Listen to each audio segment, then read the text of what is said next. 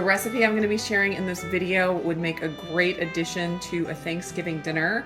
It is herbed dinner rolls, and they are so delicious, very decadent, and would be perfect for any holiday meal. For this recipe, I'm going to be adding some active dry yeast just for flavor. This is something that's optional. I don't find it gives a very strong flavor, so if you leave it out, it won't be that big of a deal. But I am going to be adding just a tiny bit of honey. That little bit of sugar will give something for the yeast to eat on, and it'll actually intensify the flavor. But like I said, this is totally optional, and if you don't want to have the teaspoon of honey, feel free to omit it. So I'm just adding my teaspoon of honey to my bowl. Now I'm going to add 3/4 of a cup of water, and you want it to be warm, but you don't want it to be scalding because that will kill the yeast. You just want it to be warm enough that it helps the yeast grow. I'm just mixing this up real quick to get the honey to dissolve. Now I'm going to sprinkle a 1/2 teaspoon of yeast over the top of my warm honey water.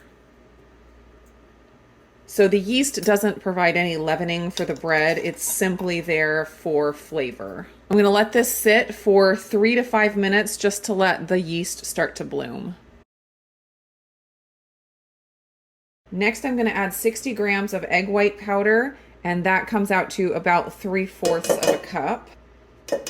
This next ingredient is another one that is optional. It is arrowroot starch, also called arrowroot flour or arrowroot powder. It just helps give the rolls a little bit more structure, and it gives that little bit of a starchy taste that the egg bread just doesn't quite capture by itself. I'm only going to be adding a tablespoon of this, and so that comes out to less than 1 carb per roll that it adds. So 1 tablespoon of arrowroot starch, and that's about 8 grams. 1 tablespoon of allulose, 1/4 teaspoon of Redmond real salt, and 1/4 teaspoon of cream of tartar.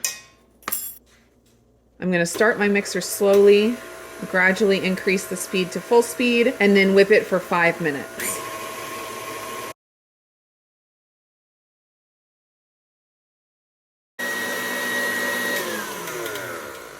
All right, it's been going for 5 minutes, and now I'm going to add in my yolk powder. This gives the bread a really great texture. It makes it more bready rather than like memory foam, so it's kind of my secret ingredient for perfect egg white bread. For this recipe, I'm only adding a teaspoon.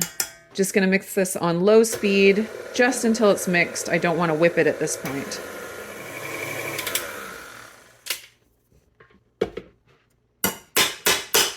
Going to give the sides a stir and make sure that everything from the bottom is mixed in thoroughly.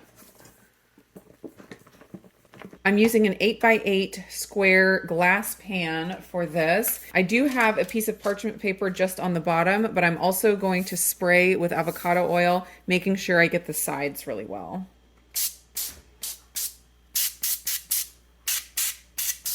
To scoop the rolls into the pan, I'm going to use a ice cream scoop, and I saw this technique on Carnivore Angel's channel. She did some incredible looking sweet Hawaiian rolls. If you guys haven't seen that video, you should definitely go check it out. I will put it up in the cards. I just thought it was such a genius way to portion out rolls without having to use like a silicone pan or something like that. I'm going to try to get 9 rolls in this pan and squeeze them in there.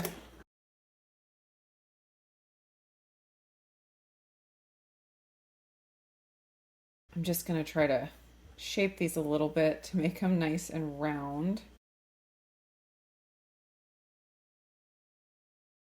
Not perfect, but they'll do. I'm going to throw this into the oven. It is preheated to 325, and I'm going to cook it for 20 minutes. Now I'm going to prepare my fresh herbs. I have rosemary and thyme, and I want about a tablespoon of each, really finely chopped. Fresh rosemary just smells so good.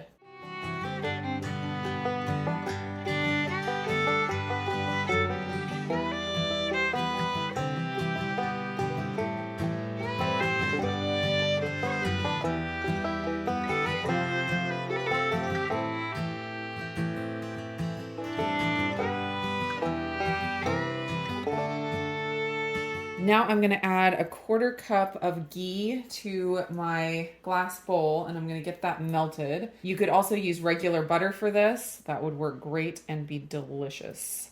Now I am just going to mix in about a tablespoon of thyme and about a tablespoon of rosemary.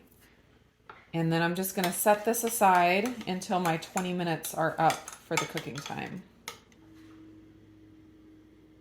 20 minutes is up. They're starting to brown, but they're not fully cooked yet. So what I'm gonna do is swirl my butter and herb mixture and just pour it over the top. Trying to get it as even as possible.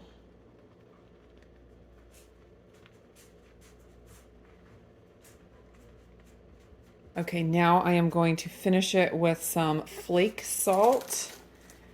Just probably like 2 teaspoons altogether. But just get it evenly sprinkled all over the top. Now, back into the oven these go for between 10 and 15 minutes. All right, it took 10 more minutes, so 30-minute cook time total, but look at how delicious this looks.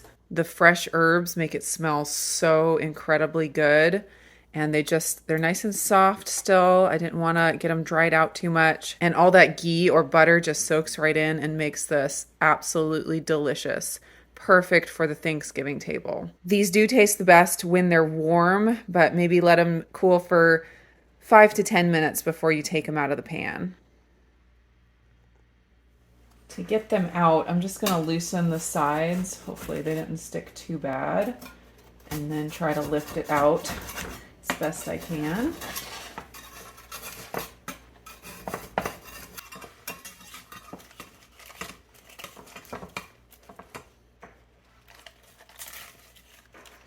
Trying to leave the parchment paper behind if possible. There's a little bit of butter collected at the bottom, so I'm just going to dump that over the top. Don't want to waste any of the delicious herb butter. All right, that is my herbed dinner roll recipe. I hope you all have a great Thanksgiving or just a great Thursday if you're not in a part of the world that celebrates Thanksgiving. Thanks so much for hanging out in the kitchen with me today, and I will see you again in another video.